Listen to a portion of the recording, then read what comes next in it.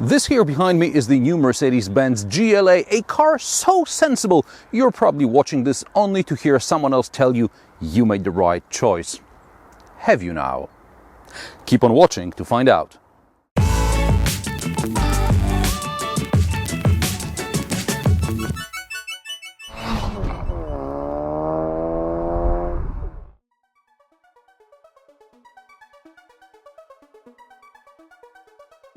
The Mercedes-Benz GLA is a 5-door, 5-seater, sort of compact crossover, subcompact if you're in the US. It comes in front-wheel drive or all-wheel drive. The GLA shares its platform with the A-Class. GL means a crossover or SUV, and the last letter signifies the size in the Mercedes lineup. The first GLA was presented in concept form in 2013, and soon afterwards it debuted as a production car. Since 2016 to 2019, it was also offered as the Infiniti QX30 with somewhat changed exterior. Infiniti's yet another attempt to conquer the European market was so successful, the brand disappeared from Europe altogether. The new Mercedes-Benz GLA is 14 mm shorter from its predecessor and is now 441 cm long. Width without mirrors is up by 3 cm to 183, but the wing mirrors were trimmed and the overall car width is 2 mm less. At 161 cm, the new GLA is also over 10 cm taller than the previous gen. The wheelbase is 3 cm longer and now amounts to 273 cm. Looking at this car, it's hard to believe this is the same segment as the Range Rover Evoque, which, by the way, is smaller than the GLA.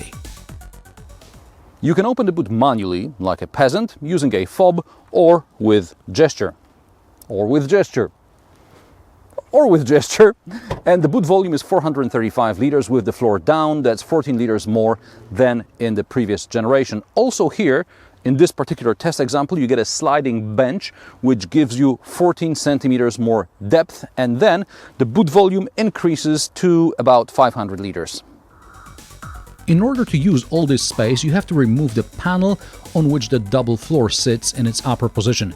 By the way, the parcel shelf doesn't fit under the floor because of these two rubber elements protruding from it.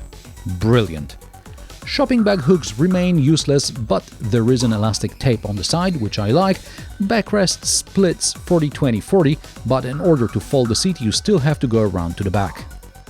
I will admit, to use the sliding seats and fit a child seat in the back, even a front-facing one, the driver would have to be very petite. It's not impossible, but it's an issue. In its normal position, the back seat is comfortable enough, although legroom is hardly what one would call generous. The driver's seat is set to my driving position. I'm 175 centimeters tall. Headroom is better, and with adjustable backrest tilt, taller passengers can always lean back for more space over their heads. Passengers in the rear can store their bottles in the door bins or use cup holders in the armrest. There are air vents in the back, as well as 2 USB-C ports. Before we go any further, I'd like to point out to how the door is not properly aligned with the rear fender. It's yet another compact Merc I review with some quality issues. Hey Mercedes, is this the new normal? Well, at least I don't have to slam the rear doors, but the front doors are still hard to close. Why do I even have to mention this like it's a thing? Come on guys, you're Mercedes for God's sake. I talked about the new Mercedes-Benz A-Class cockpit and the MBUX infotainment system in length in my several other reviews, so I encourage you to check those out, links in the description below and in the upper right corner of the screen. In brief, door pockets are still large, there are still 2 USB-C ports under the armrest, there is still not enough space for larger smartphones, and the cup holders still obstruct the smartphone cubby. A significant difference versus the A-Class is that in the GLA, the sitting position is higher, although not as chair-like as in the B-Class. And the glove box is hard to open, another hiccup on the production line, I suppose.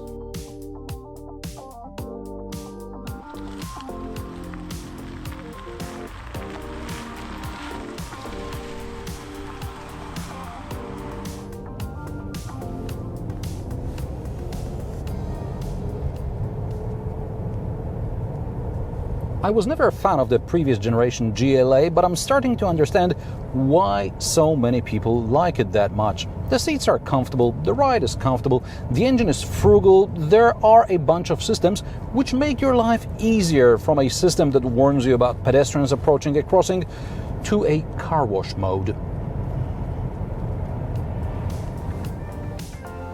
Yes, before entering a car wash, the GLA will close the windows and the sunroof, as well as turn off the rain sensor and fold the mirrors. When you leave the car wash and drive more than 20 km/h, the car wash mode will disengage. It's not a new feature for Mercedes, but it's the first time it's in the GLA.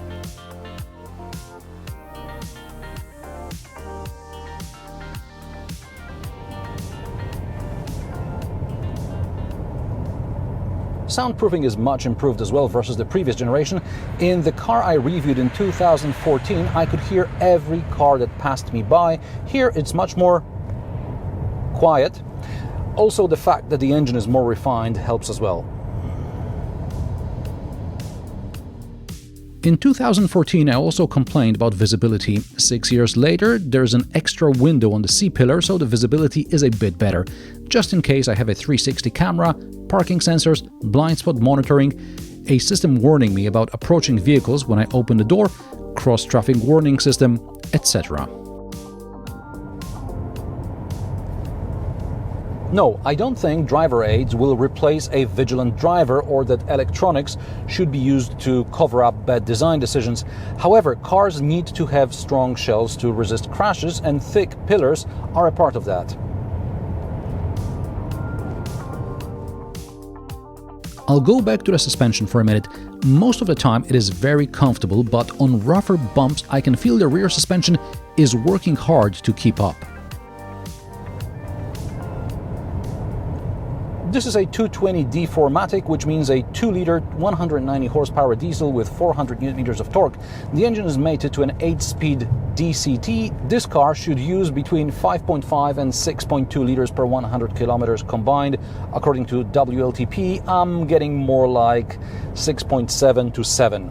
Mercedes claims this GLA will accelerate from 0 to 100 kilometers per hour in 7.3 seconds. We'll see about that.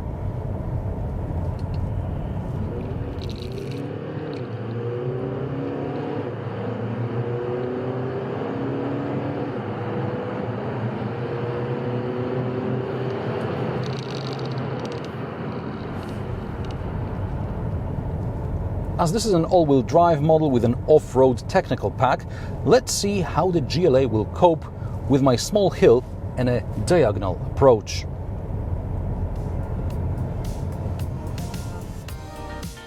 I know I shouldn't be going up or down a hill diagonally because I can roll the car over. However, my test puts the all-wheel drive system to the test as two wheels lose traction. From behind the wheel, it felt good, and from the external footage, it also looks fine. The GLA felt better here than the Passat Alltrack, in which the computer tried its best to figure out what's going on. The Passat eventually made it up the hill, but with greater effort. In the GLA's off-road mode, the computer seemed to understand the situation better, and it diverted torque to where it was needed much quicker. I'm sure with better tires, this car could go far enough to make it quite a hike back to get a tractor to tow you out. Prices of the Mercedes-Benz GLA start at €34,800 for the 180 petrol model. That's the one with a 1.3-liter engine. This GLA 220D 4MATIC starts at $43,000. With options, it costs about $58,000. More or less the same as the BMW X1 or the Audi Q3, significantly cheaper than the Range Rover Evoque. I understand why I see so many GLAs on the streets. It's a more practical A-Class, which is not much more expensive and isn't an in-your-face minivan like the B-Class. But do something about your quality, guys, will you? And how do you like the new Mercedes-Benz GLA? Do you own the previous gen model? How is it to live with? Are you thinking about upgrading? Let me know in the comment section below. If you like my sarcastic, down-to-earth and possibly mildly amusing car reviews, join me every Friday at 3 p.m. Central European Time. Thanks for watching, and I will see you in the next one.